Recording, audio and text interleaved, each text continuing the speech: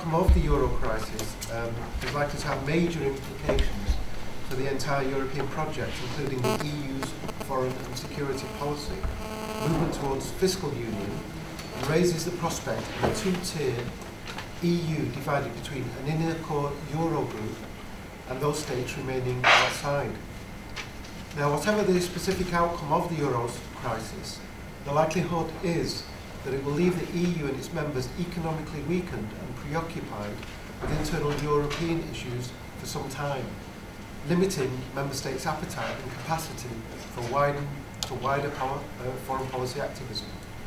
Now, the practical impact of the crisis is captured on the report, on the 31st of October.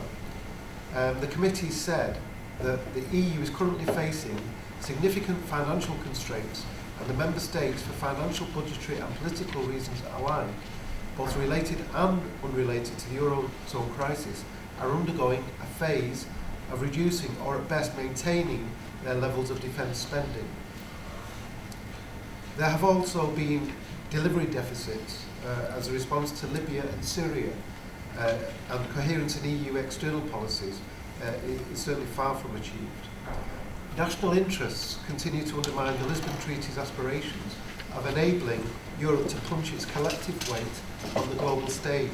For many of the EU's divided response to the Libyan crisis in 2011 serves as a stark example of the lack of mutual cooperation that continues to hamper efforts to forge a more unified European foreign policy. The Common Security and Defence Policy was meant to foster cooperation among member states on military defence issues. However, the CSDP stipulates that unanimity among EU member states is a prerequisite for military action. And as the vote leading up to the adoption of United Nations Resolution 1973 demonstrates, building consensus among European partners can be very difficult. And we should also remember how the EU was split on our collective response to Iraq. Lisbon did manage to develop the EU CFSP, and at very least it answered Henry Kissinger's rhetorical question, who do I call when I want to speak to Europe? Of course the answer is Cathy Ashton. But the underlying tensions in CFSP remain, and the Eurozone crisis has and will lead to introspection and a weakening of Europe's commercial prowess. A number of tensions exist at the heart of the CFSP and are unrelated to the Eurozone crisis.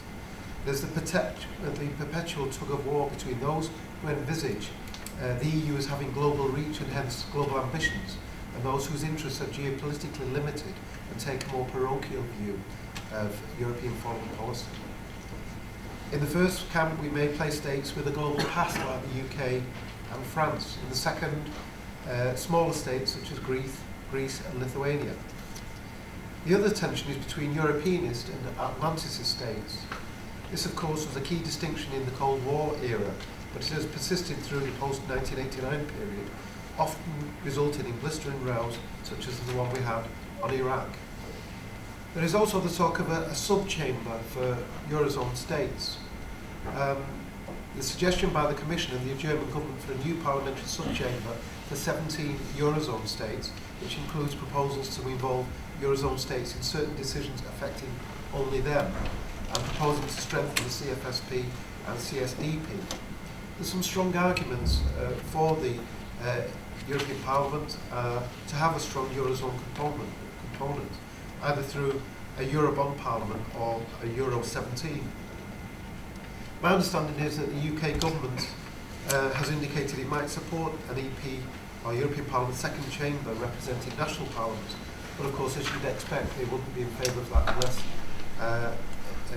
the UK was included as well, although it's not obviously in the Eurozone. So there's a strong argument that the Eurozone crisis can only be resolved in a positive way by further integration. This is by the spillover of powers. To this end, either option for a parliamentary subchamber for the Eurozone states is welcome, and more integration is likely to produce better outcomes, with the qualification that any such step needs democratic approval. I won't say anything more than that. Suffice to say, I think that there are tensions both ways, but I think even if we weren't in an age of austerity, I think we will still see difficulties in Europe coming together with one voice on a common foreign and security policy. Thank you. Mark Hendrick, thank you very much indeed. Thanks. Thank you very much, Sophie. Yeah, I'd like to pick up on the very last point that Mark made, which is that some of the problems bedeviling the effort to create a European common foreign policy go far deeper than the financial and economic crisis. I think it's clear, for reasons I'll explain, that the economic crisis has certainly not helped. But we should remember that Europe wasn't doing that well in forging a common foreign policy even before the economic crisis. And I feel that particularly strongly because the period I lived in Brussels as a correspondent was 2001 to 2005, which was the run-up to the Iraq War, when we had a common foreign policy representative, Javier Solana. We had all the mechanisms in place, and yet when the Iraq War became an issue, the EU absolutely split down the middle, with the UK, Spain, Portugal, the Netherlands going in one direction with the US, Germany, France, Belgium, Luxembourg, and actually Russia going in the other direction. And I remember coming across Solana actually in the middle of this crisis, hanging around at an event a bit like this and having a cup of coffee, and I said, shouldn't you be a bit busier? And he said, well, there's nothing for me to do. The whole European foreign policy is a joke at the moment, was how he put it. And so we should remember that faced with a crisis, a kind of existential crisis, where countries have to take really fundamental choices about where they think they stand in the world, experience suggests that they fall apart. I remember afterwards discussing this with the man who was then Britain's ambassador to the EU in Brussels. And he said, well, we shouldn't be too discouraged by this because we only fall apart when there's a real crisis, which didn't seem to me that reassuring. But the point he was trying to make was that, on the second order issues, actually there is quite good European cooperation, and most of the time we're not faced with a kind of transcendent global crisis, and Europeans can work together quite well at other times. Even there, I think it's a decent point, but there are some qualifications, because I think that the second order issues that matter to European countries vary quite widely. This point's just come home to me because I was just in Poland over the weekend. Now, for them, the key issue is Eastern policy, Belarus, Ukraine, what we do about them, and you say to them, well, what about Mali? And they kind of look at you a bit blankly, because Mali's a long way away from them. Whereas for the French, obviously, they feel a bit beleaguered. They went in there to stabilize Mali, and kind of looked around, and who was following them? Well, basically no one from the European Union. And so for them, Southern Europe, the southern fringe is what matters. So even on the second order issues, European countries do have different priorities. And this is where it brings us to the age of limited resources. If we had huge amounts of money, well, maybe we could do everything. But as a matter of fact, we don't. And so Europeans are having to make choices and debate choices, and their instincts about what's important actually vary. I think coming to the direct effects of the economic crisis, I would say that they're both diplomatic, psychological on the one hand, and also financial. On the diplomatic and psychological front, I think it's unrealistic to expect that in a period when there's, say, for example, enormous bad feeling between the Germans and the Greeks, or more broadly between the Germans and the Southern Europeans, that won't have any spillover effect into diplomatic cooperation. I think if there's been an incredibly bruising, as the Greeks would see it, imposition of an austerity package by Berlin, the idea that the next day they'll kind of sit around and say, well, what can we do together as equals with the same view of the world is just unrealistic.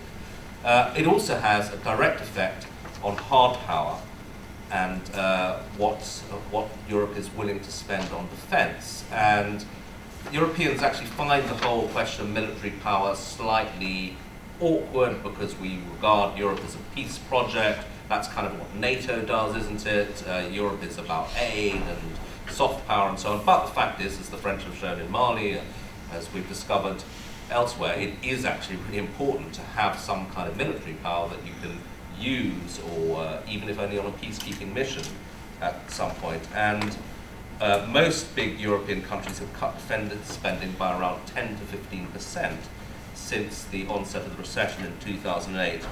And the longer term trends are actually even more striking.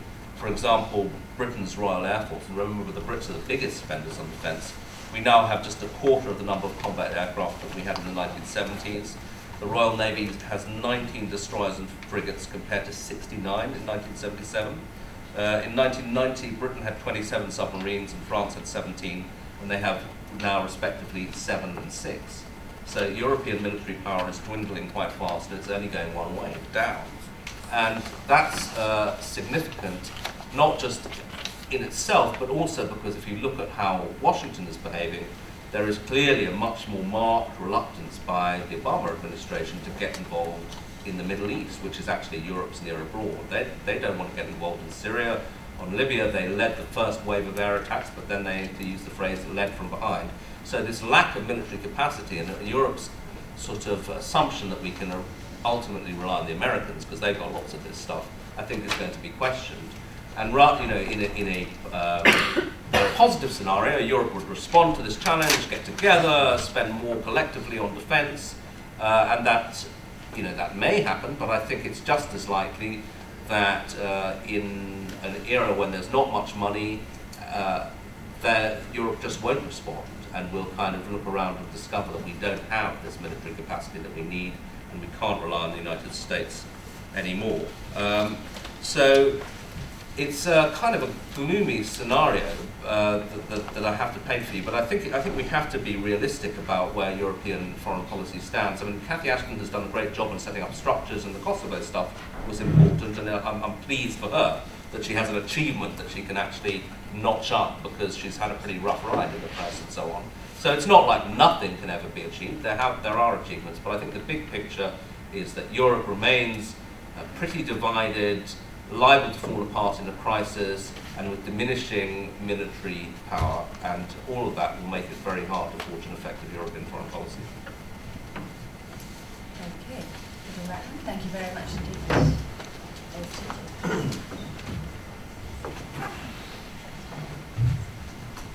Well, Madam Chairman, Excellencies, ladies and gentlemen, if I may congratulate you first, the Global Diplomatic Forum, for your sense of timing on the European issue with the publication today of the EU referendum bill, perhaps unexpectedly, though it was in the Prime Minister's speech of January this year. That is excellent.